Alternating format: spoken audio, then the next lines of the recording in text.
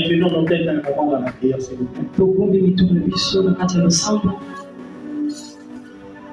Dieu bien-aimé, nous nous présentons devant toi ce soir. Comme des indignes fils et filles, mais que tu as justifié par le sang de Jésus. Voilà pourquoi c'est couvert de sa sainteté que nous nous présentons.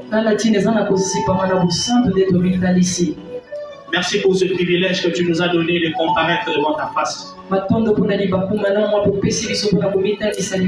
Merci de nous faire bon accueil.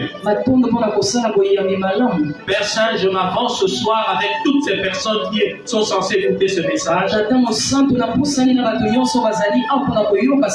Et ma prière, c'est que tu circoncises les oreilles de nos cœurs. Que tu illumines nos cœurs. Et que tu nous rendes sensibles à ta voix. De ton esprit et aiguise notre entendement spirituel. Nous prenons tout esprit en ces lieux captifs et nous le soumettons à l'obéissance de Christ. Nous chassons loin de ces lieux tout esprit qui ne confesse pas le nom de Jésus. Nous frappons de paralysie toutes les activités du monde des ténèbres. Et nous ouvrons le ciel pour que le peuple bénéficie de la grâce de Dieu. Visite-nous ce soir. Parle à nos cœurs. Parce que nous te le demandons au nom de Jésus. Amen. Amen. Acclamons le Seigneur. Et veuillez prendre place. Amen, amen. Amen. Que Dieu vous bénisse. C'est vraiment un réel honneur, un privilège d'être parmi vous ce soir.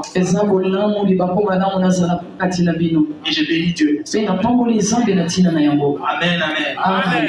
Je remercie du fond de mon cœur mon frère, mon bien-aimé, le pasteur Akpo. Vous avez la grâce d'avoir un homme bien qui est venu de loin pour soutenir l'œuvre de l'évangile dans ce pays. Et nous aimons de tels hommes. Nous avons appris à l'aimer et nous avons reconnu la grâce de Dieu dans sa vie. Nous bénissons Dieu qui nous l'a envoyé pour soutenir les efforts de l'évangile dans cette vie. Et nous vous prions de le soutenir dans tous les efforts qu'il fait pour faire avancer le royaume de Dieu. Est-ce que quelqu'un peut dire Amen à ce moment? Soutenons le ministère de cet homme. Nous sommes là parce que nous croyons à l'appel et à la mission qu'il a reçue de Dieu. Comme il l'a dit, nous n'avons pas l'habitude de fréquenter tout le monde, de côtoyer tout le monde. Même dans notre quartier, nous avons des gens à qui Dieu nous dit, côtoie celui-là, sois avec celui-là, et c'est comme ça que nous marchons avec Dieu.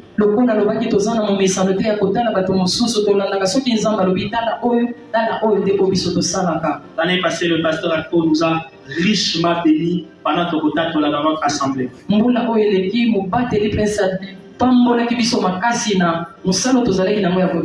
L'église garde encore un très bon souvenir de son passage.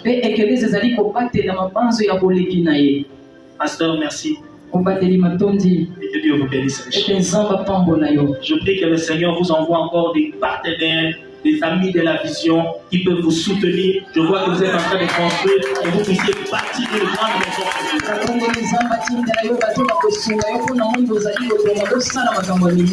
Même les amis qui nous suivent là en ligne, soutenez cet homme. Aidez cet homme à bâtir une grande maison de Dieu. Il y va du salut de plusieurs dans cette ville de Kinshasa. Amen. Amen. Fleuve de vie, c'est un plaisir de pouvoir échanger avec vous. Je vous invite à prendre vos Bibles et on va lire un texte. Un texte qui est très connu, le psaume 23. Psaume 23, et nous allons lire pratiquement tout le chapitre, c'est à peine 6 versets. Et ensuite, nous allons essayer de nous appesantir un peu sur le verset 5. Psaume 23, je commence donc la lecture au premier verset, nous lisons au nom de Jésus. Cantique de David. L'Éternel est mon berger. Je ne manquerai de rien. Il me fait reposer dans les verts pâturages. Il me dirige près des eaux paisibles. Il restaure mon âme. Il me conduit dans les sentiers de la justice à cause de son nom. Quand je marche dans la vallée de l'ombre de la mort, je me crains aucun mal. Car tu es avec moi. Ta houlette et ton bâton me rassurent. Tu dresses devant moi une table en face de mes adversaires. Si c'est votre Bible, retenez ce verset 5. Tu dresses devant moi une table en face de mes adversaires. Tu oins l'huile ma tête et ma coupe déborde. Oui, le bonheur et la grâce m'accompagneront tous les jours de ma vie. Et j'habiterai dans la maison de l'Éternel jusqu'à la fin de mes jours. Parole du Seigneur. Ce soir, j'ai choisi comme intitulé de mon message une table en face des adversaires. Amen, amen. Puisque nous sommes toujours pendant la période pascale, et nous sommes dans cette grande activité d'exode pascal, où nous sommes focalisés sur le repas miraculeux. Je sais que l'homme de Dieu et mes prédécesseurs vous ont beaucoup parlé de la Sainte Seine, de l'impact, du bénéfice qu'on peut en tirer. Et je voudrais aborder pratiquement dans le même sens que eux. Mais je pense que le Saint-Esprit va vous amener à comprendre encore d'autres paramètres qui sont dans la parole sur ce sujet. Le psaume 23 est un psaume qui est très connu. Mais il y a des gens, quand ils lisent la Bible, ils ne prennent pas le temps de disséquer les mots pour comprendre en profondeur qu'est-ce que Dieu dit. Je te donne un conseil, aie l'habitude de méditer la Bible et non de la lire.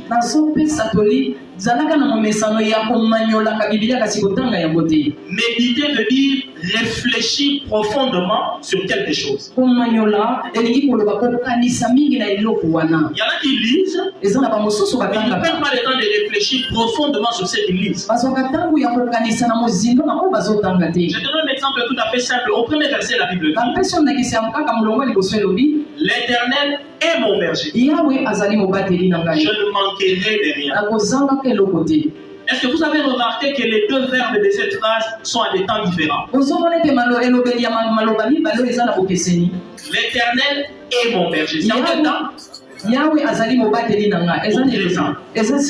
ne manquerai de rien. C'est en quel temps? Le futur. Beaucoup de gens ont fui l'Éternel pour ne pas avoir compris ce texte. Il y en a quand ils lisent ça, ils lisent: l'Éternel est mon berger, je ne dois manquer de rien. Il est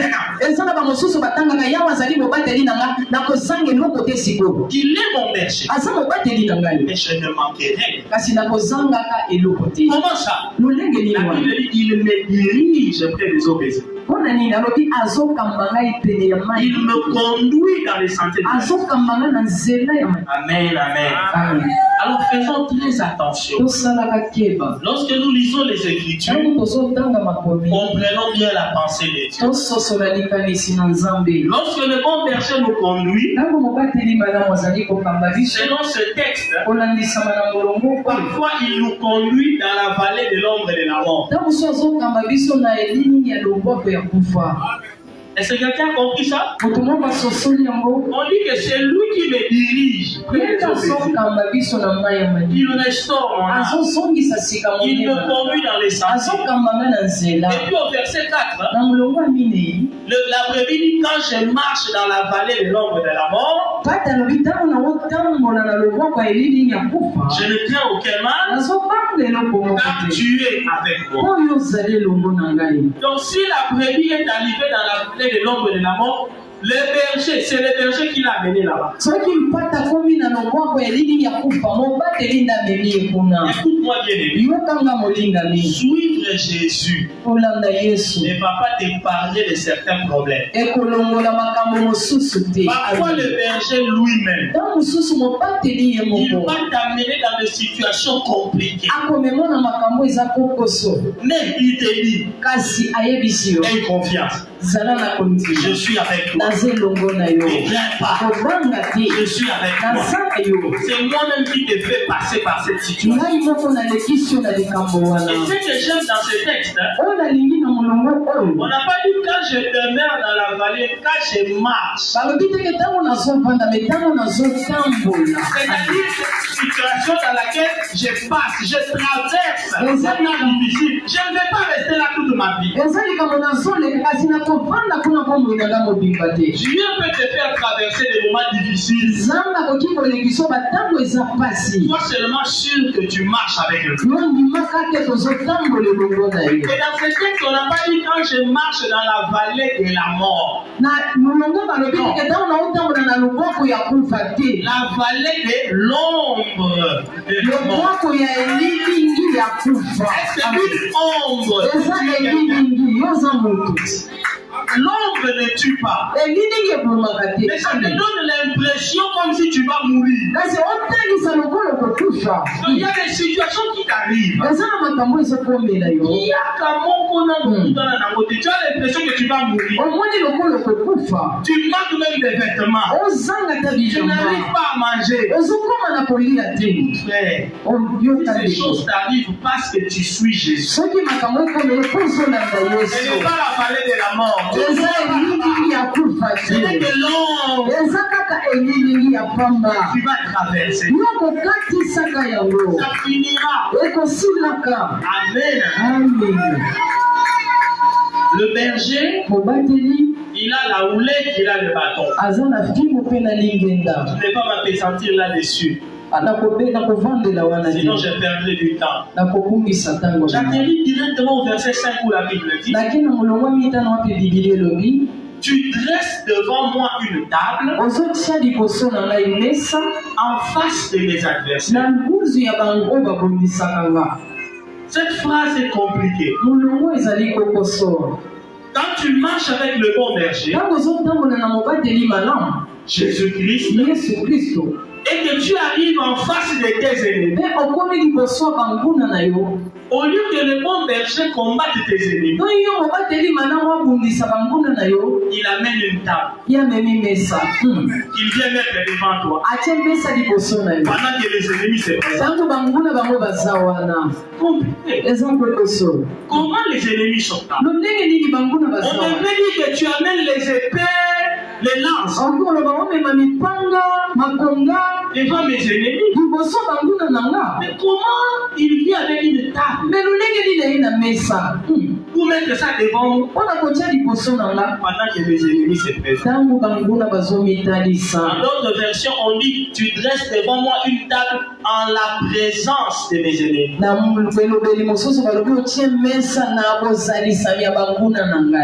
La version Martin, Bible Martin dit par exemple, tu dresses une table devant moi à la vue de ceux qui me servent. La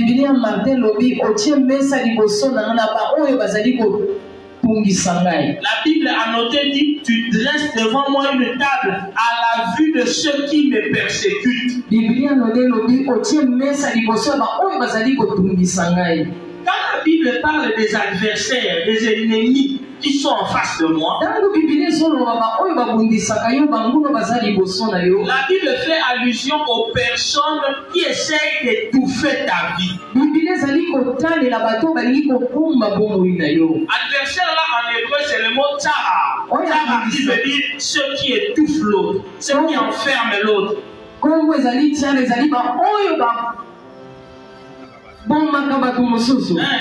cherche à mettre ta vie à l'étroit.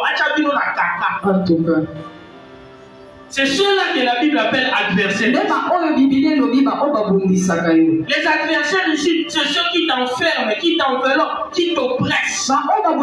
Les gens qui cherchent à coincer ta vie pour que tu ne t'épanouisses pas. Quand Dieu les voit, et les voilà, ils sont devant ma vie, Dieu amène la table. Il met devant. Pourquoi Dieu met une table? Le mot table qui est utilisé là-bas, c'est kushan. C'est le même mot qu'on utilise pour parler de la table des pains de proposition qui était dans le temple.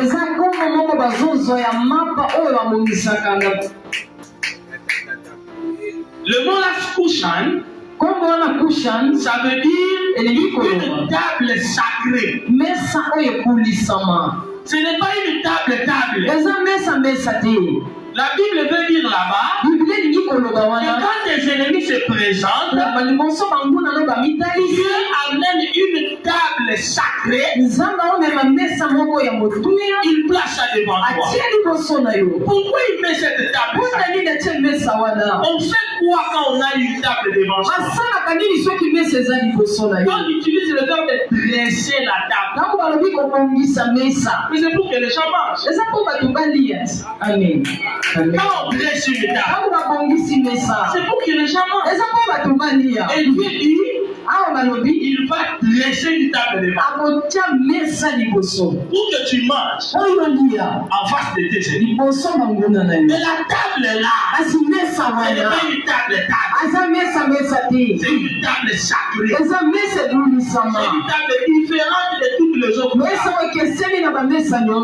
Alléluia. Cette table là, c'est ça la Sainte Seine. Amen. Quand on parle de la Sainte Seine, ce n'est pas une table normale.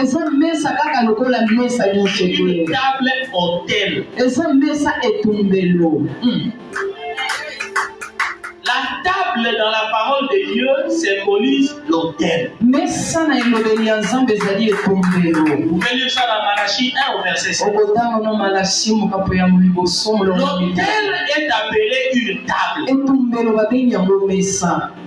Parce que ce qui, des fois, nous fait mal dans le monde du christianisme aujourd'hui,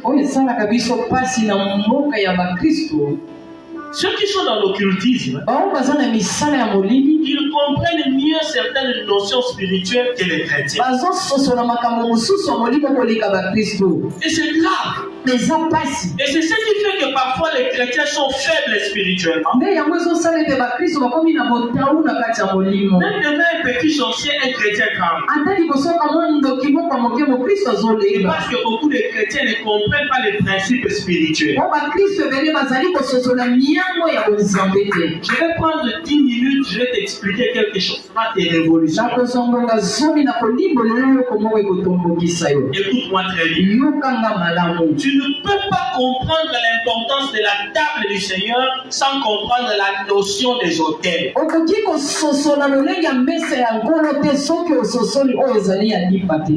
autel, c'est quoi? Amen. Amen, amen. Amen. Un autel, c'est un objet qui nous permet d'entrer en contact avec le monde invisible.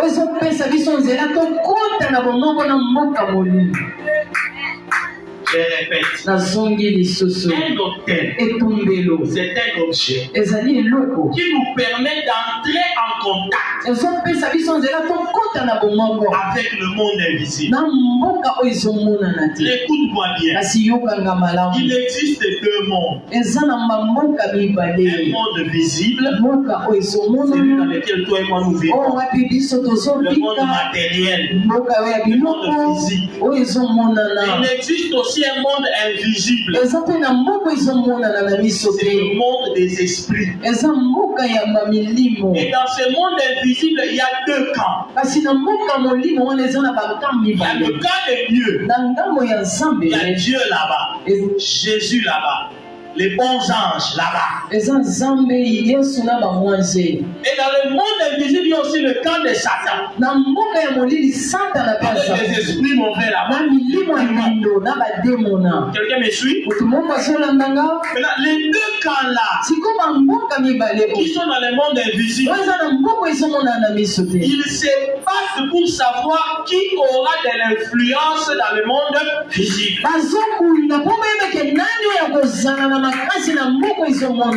Leur champ de bataille, c'est le monde visible. Le monde où toi et moi nous vivons. Et chacun de nous est appelé à choisir dans quel camp il va appartenir. Quand tu choisis Jésus, donc tu es dans le camp de Dieu, dans le monde invisible. Quand tu ne choisis pas Jésus, ça veut dire que tu es automatiquement dans le camp de Satan, dans le monde invisible. Il n'y a pas d'abstention, il n'y a pas de position neutre. Ou tu es avec Dieu, ou tu es avec Satan. Pas de position neutre. Ça passe? Maintenant, suivez-moi bien. C'est là où ça va devenir un peu difficile. Entre le monde invisible et le monde visible, c'est le monde invisible qui a précédé le monde visible.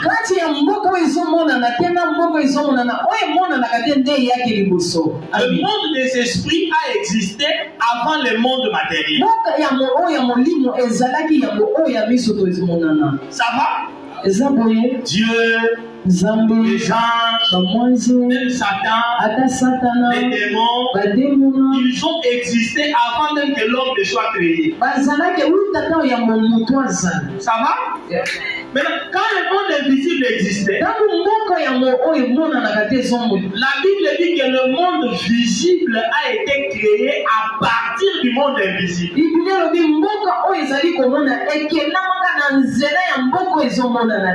Tout ce que tu vois dans le monde visible a d'abord existé dans le monde invisible. Ça passe? Amen. Et le monde visible a été créé au sein du monde invisible.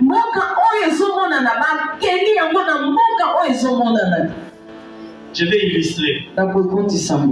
Admettons que le podium ici, tout le podium, c'est le monde invisible. Le tapis ici maintenant, prenez que c'est le monde visible. Ça passe? Le monde visible a été créé au milieu du monde invisible. De telle sorte que les gens qui sont dans le monde invisible, ils peuvent voir ce qui se passe dans le visible. Ils peuvent aussi entrer dans le visible et agir. C'est comme ça qu'un démon, tout en étant dans le monde invisible, il peut agir dans le monde visible. Le monde invisible englobe, ça englobbe et ça entoure et ça pénètre le monde visible.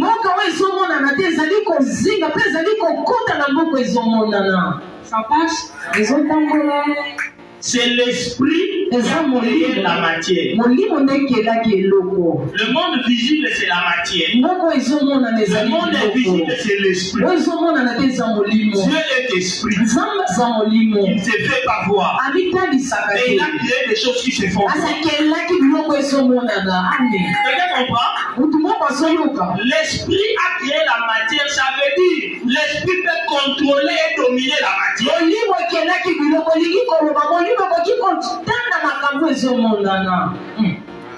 Amen. Alors ne sois pas surpris qu'un démon influence ta vie pour que dans ta vie, il n'y a jamais l'argent. Tu dis, l'argent, ce sont des papiers, c'est matériel. Comment un esprit peut faire que je ne n'ai pas l'argent? Mais c'est parce que l'esprit a été créé avant la matière. L'esprit domine la matière. Ça passe? Ça, ce sont des concepts de base. Je ne fais que poser les bases pour que tu comprennes c'est quoi l'autel. La deuxième chose que je veux que tu comprennes, quand Dieu a créé l'homme, l'homme a été créé pour vivre dans les deux dimensions à la fois. L'homme a été créé pour vivre à la fois dans l'invisible et dans l'invisible. Quand vous lisez Genèse 1, au verset 26, Dieu dit, créons l'homme à notre image et à notre ressemblance. Le Dieu qui parle comme ça, il est esprit. L'homme qui le crée, il a à sa ressemblance. C'est aussi un homme, hein? Ça passe? Ça c'est Genèse 1. Dieu a créé l'homme esprit. Mais dans Genèse 2, Dieu prend maintenant la terre. La terre c'est la matière. Il a créé comme une statue. Et la Bible dit, il a soufflé dans les narines de cette statue. Soufflé là, roua, ça veut dire esprit. Il a pris l'homme esprit qu'il avait créé et introduit dans la statue. Et l'homme a commencé à bouger. L'homme là qui bouge, il est d'abord esprit et puis il est matière. C'est ça qui fait que au jardin d'Éden, Adam pouvait marcher. Mais en même temps, il pouvait écouter la voix de Dieu dans les spirituels. Il vivait dans les deux dimensions à la fois. Ça passe. Très bien. Quand l'homme a péché, suivez-moi bien, l'homme pêche. La partie spirituelle de l'homme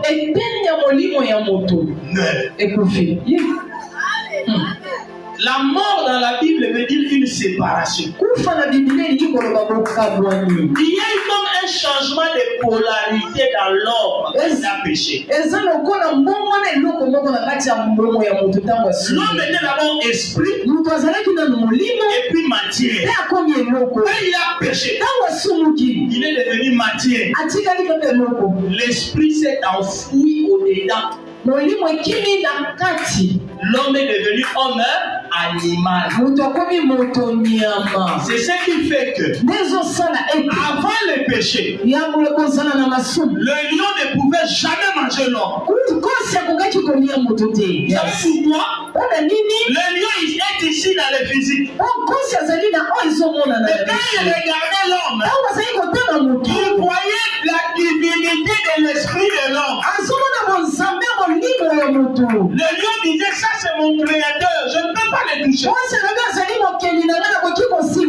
Mais quand l'homme a perdu la nature divine, le lion a regardé, il n'y a plus rien. Un mot de Zaki, tomber à la force. On va s'essayer de force. C'est ce qui t'arrive aussi. Quand tu perds la flamme, même un petit sorcier qui avait peur de toi n'aura pas perdu. Tu as perdu la flamme. Amen. Amen. L'homme, quand il perd son contact spirituel avec Dieu, cela est symbolisé par le fait d'être chassé du jardin d'Éden. Alléluia. Amen. Quand Dieu chasse l'homme du jardin d'Éden, il met chez lui à la porte pour dire qu'il n'entre plus ici. C'est un langage pour dire à l'homme la communion ou le contact avec moi est rompu. Allez pas dehors là. Tu ne t'approches plus de moi. Moi je suis un Dieu saint. Moi je suis devenu pécheur. Loin de moi. Amen, amen. Amen. Et c'est là où l'histoire de l'autel commence. Dans les jardins d'Éden, Adam et Ève n'avaient jamais fait un autel. Et quand ils sont sortis en dehors, ça veut dire qu'ils n'ont plus de contact avec le monde spirituel. Ils ont eu des enfants. Ils pouvaient raconter à leurs enfants. On parlait avec Dieu. On écoutait Dieu. Les enfants disent, mais comment nous on ne peut pas l'écouter? Il faut qu'on trouve un moyen pour rétablir le contact avec Dieu. Pour cela qu'Adam, Abel et Caïn ont dressé un autel. Maintenant, c'est quoi l'autel? C'est une table. On met de la nourriture dessus.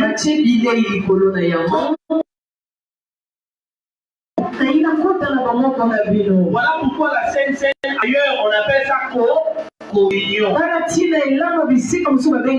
communion. Vous entendez? La table, l'autel a pour seul objectif d'inviter un esprit bon ou mauvais. Tout dépend du camp auquel tu appartiens. Parce que même un sataniste, lui quand il a besoin aussi des satans et des démons, il dresse un autel. Il invite un démon. Et il utilise ces démons-là, il parle avec lui pour t'attaquer. Toi aussi à ton tour, tu ne pourras pas résister contre un ennemi pareil si toi aussi tu n'as pas une table, un autel pour invoquer Dieu.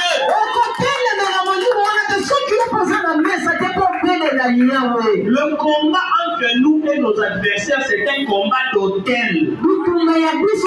C'est un combat de table. Ça passe.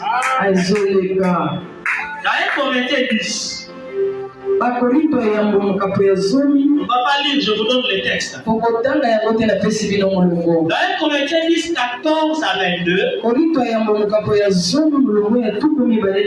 l'apôtre Paul parle de la table du Seigneur et de la table des démons. Il dit ceci. Vous ne pouvez pas prendre part en même temps à la table du Seigneur et à la table des démons.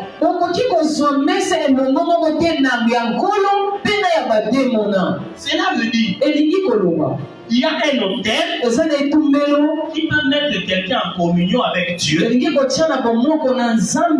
attention, il y a aussi des autels qui mettent les gens en communion avec des démons. Rassurez-vous, on ne va pas parler des hôtels là, démoniaques, sataniques, maléfiques aujourd'hui. C'est pas pour ça que moi je suis venu parler de la table du Seigneur. C'est ça qui m'intéresse. Écoute-moi. Les adversaires dont on parle dans le psaume 23, ce sont des gens qui ont des tables. table des démons.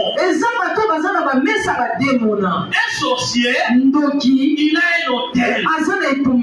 Il a des choses qu'il fait avec les démons. Tu ne pourras pas les vaincre si tu manques un hôtel. Voilà pourquoi ton berger, sachant que tu es sous attaque, les adversaires sont déjà en face. Il a vu que toi tu traînes. Tu risques que toi de fabriquer un hôtel qui ne sera pas à la hauteur de tes ennemis. C'est lui-même le berger qui vient dresser une table. Il a failli dresser un hôtel. L'hôtel de la croix. Le plus grand hôtel de tous les temps. L'hôtel le plus puissant. À cause de la valeur du sacrifice qui est monté dessus. Parce que la valeur de l'hôtel, c'est le sacrifice qui est dessus. Alléluia. Votre oncle là, il a sacrifié ses rêves, il a sacrifié son pied, il a sacrifié son doigt pour avoir les chances de la famille. Jésus a sacrifié tout son corps.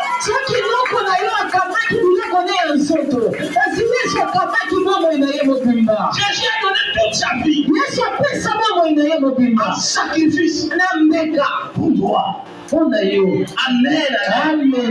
L'hôtel que le bon berger dresse devant toi,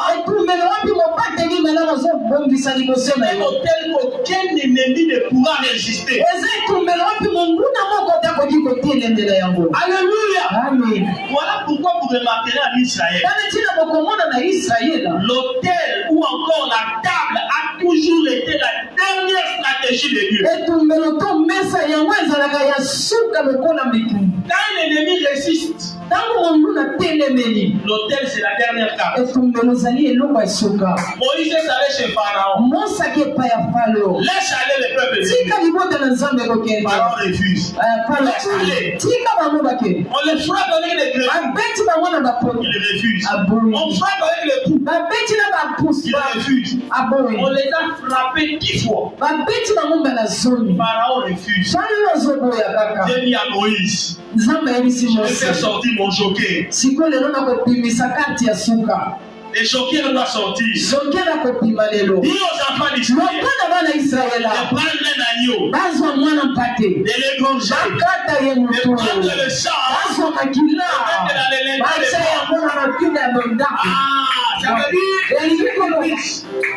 l'autel. Et Dieu a dit, mangez cet agneau-là. Ça veut dire monter à table. Dieu dit, pendant que vous serez en train de manger l'agneau, moi je passerai à l'Égypte pour tuer tous les pécheurs.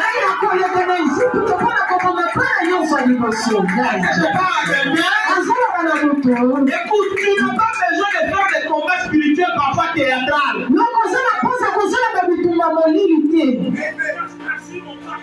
Je prends la lance. Je mets le sang. Je commence à le boucher. Je commence à le percer. Non, parfois c'est une perte de temps. Dieu peut s'occuper de tes ennemis pendant que toi tu manges.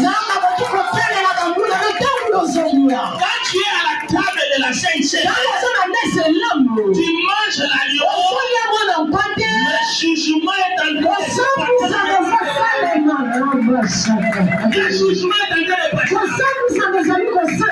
Est-ce que je parle à quelqu'un? Écoute-moi.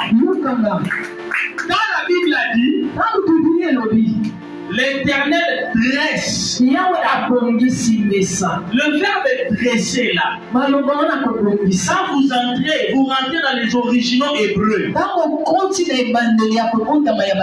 Dresser la table veut dire mettre en ordre à la manière des militaires. Ça veut dire c'est ranger pour la bataille.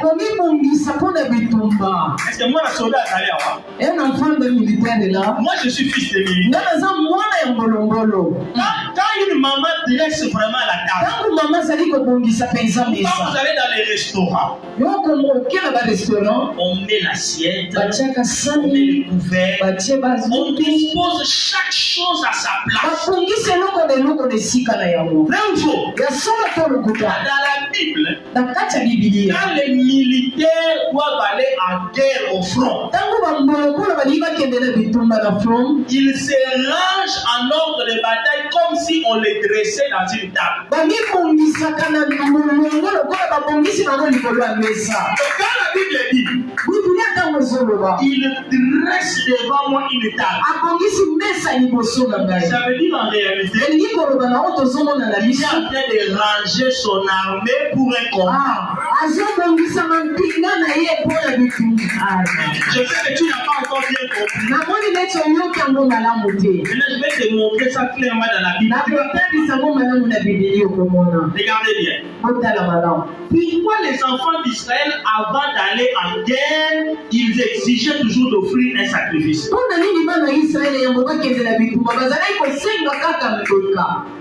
Pourquoi Dieu a enlevé la royauté chez Saoul? Samuel lui a dit, avant d'aller en guerre, attends-moi. Je dois venir offrir un sacrifice sur l'autel.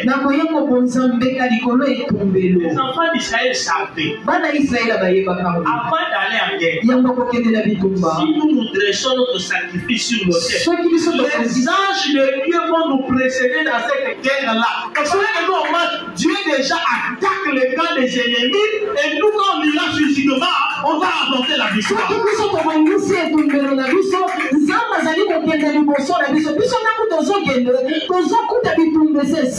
Saoul a voulu aller combattre par la chair, pendant qu'il n'avait pas dressé l'autel pour le combat de l'esprit.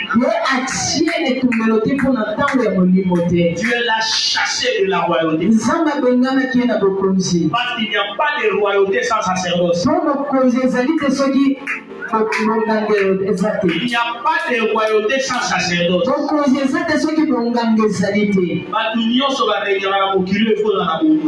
Toute personne qui parle là-bas, ils ont leur... Est-ce que je parle à quelqu'un? On te met directeur quelque part. Ne te réjouis pas vite. Il y en a qui cherchent à voir ton poste. Ils vont chez les féticheurs. Et le féticheur lui demande un sacrifice. Il peut même sacrifier son enfant pour avoir ton poste. Toi, tu as quel hôtel? Et tu vas venir t'asseoir sur la table du bureau à côté de la famille. Alors, il a papa comme directeur. On s'est AVC 3 jours après nomination. Quelqu'un va prendre le poste. Je parle à quelqu'un. Mais si tu es un homme spirituel, tu sauras qu'il faut commencer d'abord par adresser aussi un dentaire. Tu pourras même appeler le pasteur, allons faire la scène chez moi au bureau. Quand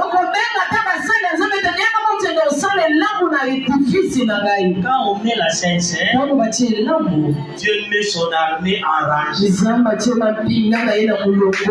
Bible, tout le monde est dans la hôtel. Amen.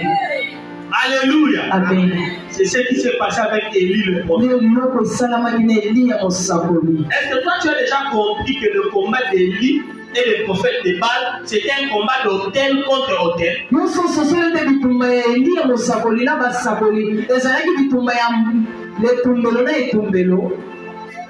Alléluia. Amen. C'est un combat des hôtels. Vous savez pourquoi? Les prophètes de Baal, la Bible dit, ils mangeaient à la table de Jézabel. Oh, Jézabel, c'est une reine sorcière. Et les prophètes qui mangeaient à la table de Jézabel, ça veut dire, c'est eux qui ont voûté tous les pays pendant qu'ils mangeaient à l'hôtel de Jézabel.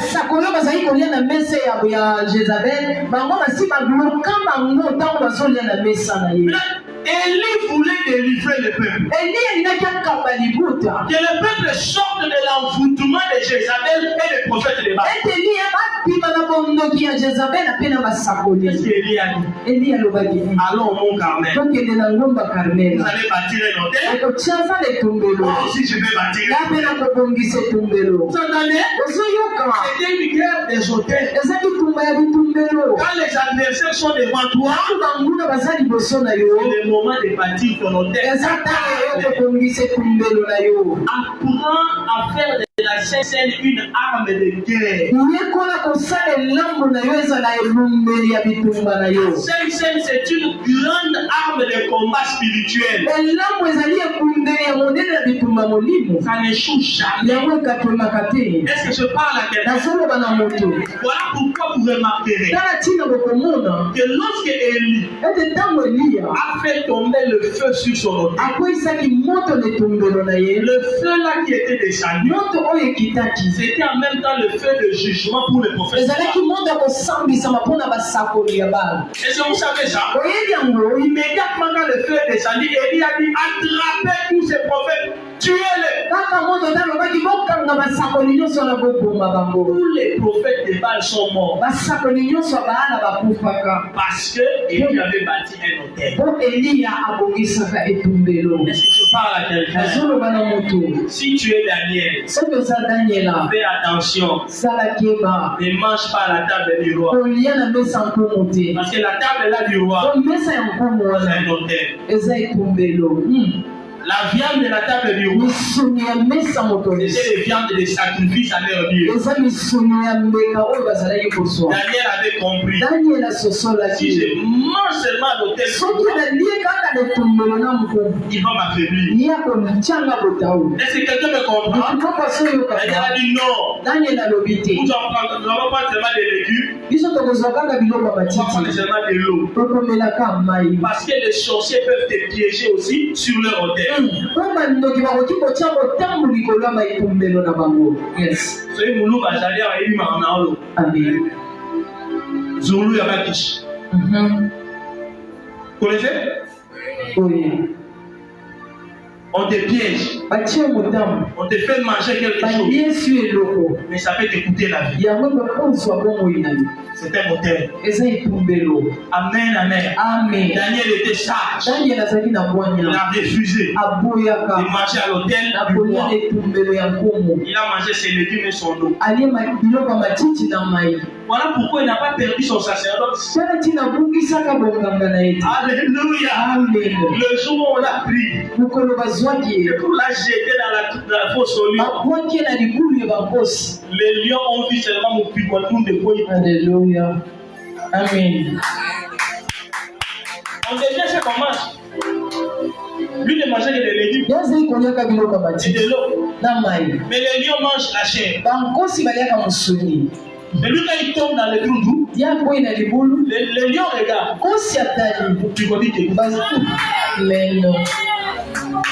Comment ils vont manger ça? Les lions regardent. Nous on mange pas ça. Le diable rôde comme un lion. Mais c'est ton hôtel. C'est que tu manges à ton hôtel. C'est ce qui détermine si on peut te manger ou si on ne peut pas te manger. Quand tu manges la Sainte Seine, c'est comme Daniel. Les lions ne pourront pas te manger. Parce que les lions ne peuvent pas manger un autre lion. Jésus est le lion de la tribu de Juda. Quand tu manges la Sainte Seine, tu deviens lion. Le diable ne peut pas manger un lion comme toi. Il n'a pas peur. Yes. Amen. Tu dois comprendre le mystère qui est sur la table de la Sainte.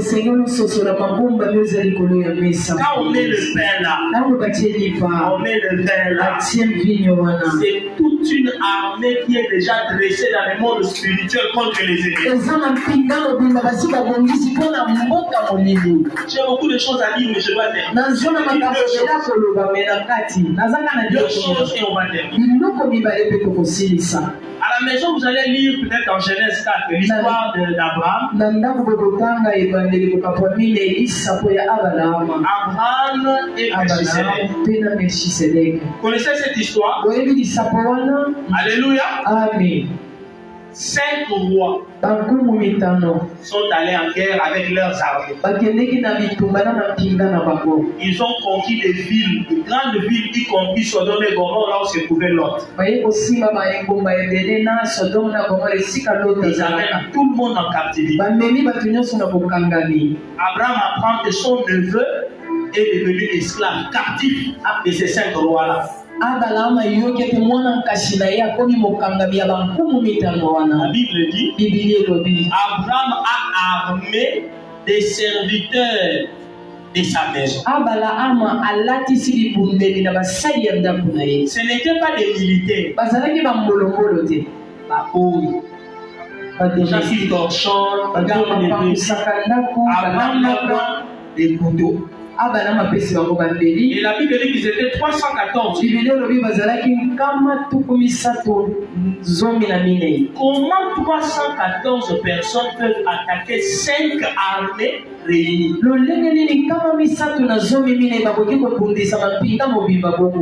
Vous savez quoi? Abraham avec ses 314 serviteurs ont gagné. Ils ont gagné les 5 armées.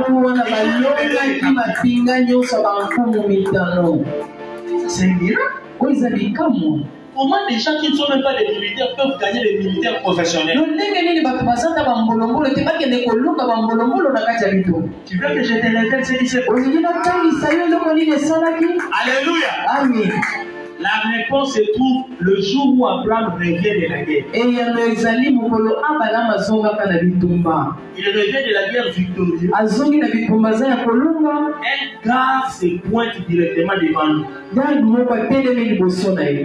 Il s'appelle Melchisedec.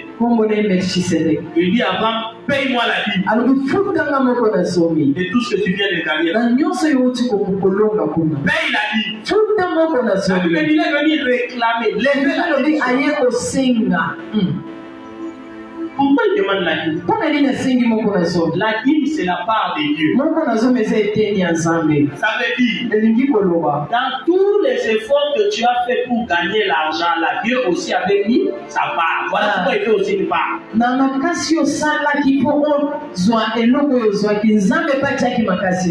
savez, les gens qui ne donnent pas la dîme, ce sont les gens qui disent à Dieu, je travaille avec ma force, mon intelligence, mon souffle, moi Dieu, tu n'as rien contre moi. Je n'ai rien à te donner. Vous voyez? Toi, tu ne donnes pas. C'est comme ça que Dieu voit ça. Le souffle que tu as, c'est pour toi-même. La force, c'est pour toi-même. Maintenant, mange tout ce que tu peux manger. Melchisedec a dit à Abraham. Il a dit, la Bible dit, Abraham n'a pas hésité. Il a donné la dîme de tout. Quand il donne la dîme de tout, Melchisedec lui donne du pain et du vin. Il lui donne la Sainte Seine. Ça veut dire quoi? Abraham, si avec ta petite troupe là, tu as gagné une des grandes armées. C'était à cause du pain et du vin. La table du Seigneur, c'est la Sainte Seine qui est ta forme. Tu viens de dépenser de l'énergie comme tu as payé la vie. Voilà encore la Sainte Seine. Pour ramener la force. Ramener la vigueur.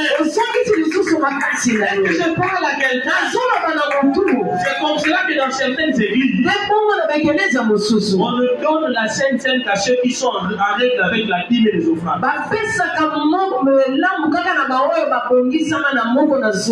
Je dis bien dans certaines églises. Parce que dans les sacerdoces, il faut faire très attention. Amen, amen. J'ai dit, j'ai donné 2 exemples, j'ai fini. C'est notre ami Joseph. Vous connaissez Joseph? Fils de Jacob? Qui le connaît? Joseph devient Premier ministre, si vous voulez, le gouverneur qui vient juste après Pharaon. Il a témoigné d'un esprit supérieur. Il avait des visions, il interprétait des sons. Pharaon a dit, où est-ce qu'on peut trouver un homme comme ça qui a en lui un esprit supérieur? Mais Pharaon a voulu piéger Joseph. Vous avez étudié avec moi l'histoire. Les Égyptiens avaient des dieux. Leur dieu principal s'appelait Ra. Il y avait Osiris et Ra, c'était lui le dieu suprême. Et Pharaon était l'incarnation de Ra sur la terre. Un grand occulte. Même l'occultisme qu'on pratique aujourd'hui, la grande partie a pour sa source en Égypte.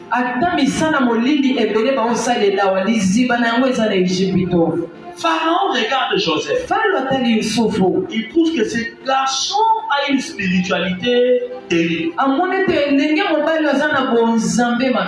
Écoutez les pièges que Pharaon fait. Il prend la fille de son prêtre.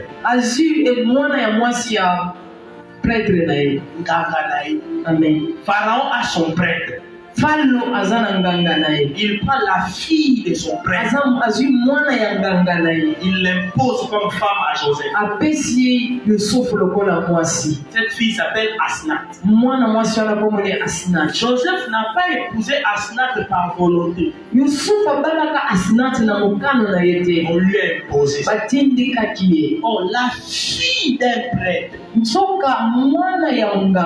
elle est consacrée. Elle est dans les alliances de son père, les prêtres. Voilà pourquoi vous remarquerez par la suite les deux enfants que Joseph avait eu en Égypte avant l'arrivée de Jacob. Jacob est venu les racheter. Quand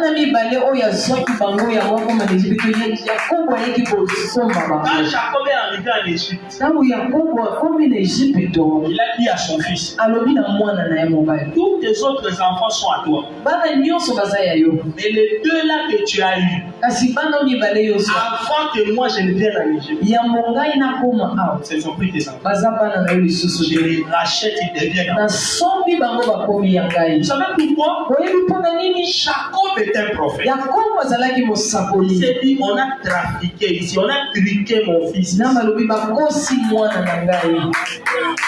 Ces enfants ici risquent d'avoir l'influence du prêtre de Pharaon et non notre influence. Il faut les racheter.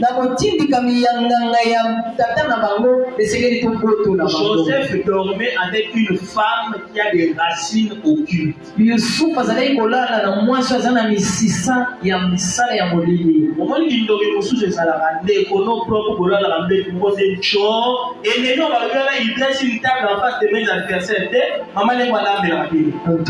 des adversaires à l'occasion de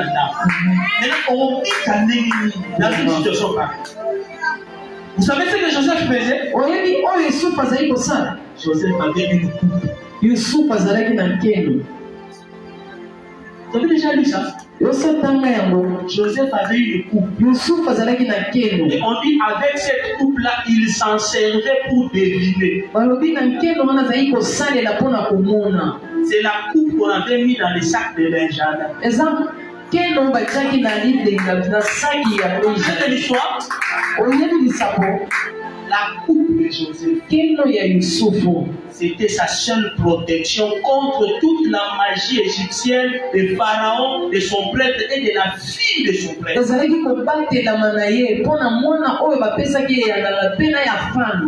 La Sainte Seine, c'est ta protection. Et toute c'est ta protection. Je lui ai dit, prenez cette coupe, buvez-en tous. Bien aimé, le sang de Jésus, ça entre pour changer manger ton sang. Tu n'auras plus le sang de Baïlibu, de Bantado, de Basingome, de Baluba. Tu commences à voir le sang de Jésus. L'autre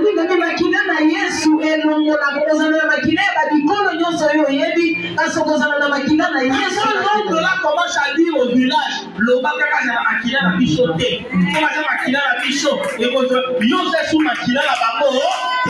Amen.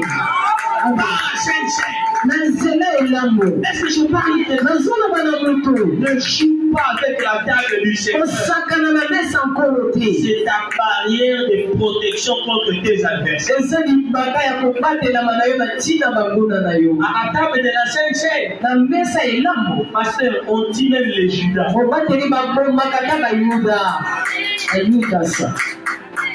Judas, on le livre à la table. Et je termine en vous disant ça à vous. Je suis pasteur comme vous, je connais les réalités de l'église. Il y a des gens qui viennent à l'église avec l'intention d'empoisonner les pasteurs. Si je suis homme de Dieu, à mon passage ici, si tu sais que tu es venu dans cette église comme sorcière,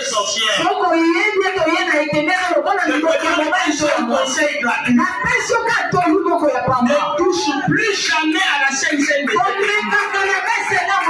Le jour où tu toucheras, tu auras le sort de Judas. Parce que c'est quand Jésus a pris le pain, il a donné à Judas. La Bible dit Satan entra. On ne va pas faire des prières publiques contre le livre de Satan. Non, il faut redresser dans la table de la Sainte-Seine. Quand tu prends ça seulement, il y a des choses qui sont détruites. Ils vont même manger à la Sainte-Seine. J'ai amené mes enfants ici. Moi, quand j'ai fait ma Sainte-Seine, j'avertis les gens. Aussi, ma Sainte-Seine a raté. Amen. Si tu touches, c'est ton problème. Parce que nous le faisons pour notre protection. Toi, quand manger la chair humaine, nous mangeons la chair de Jésus.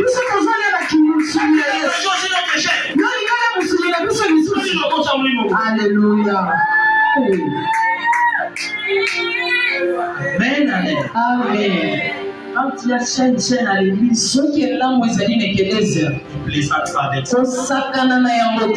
des combats dans ta vie. Ne t'agite pas trop. Dès que la Sainte-Seine est là, dis-toi, c'est le moment où je vais régler mes comptes avec mes adversaires.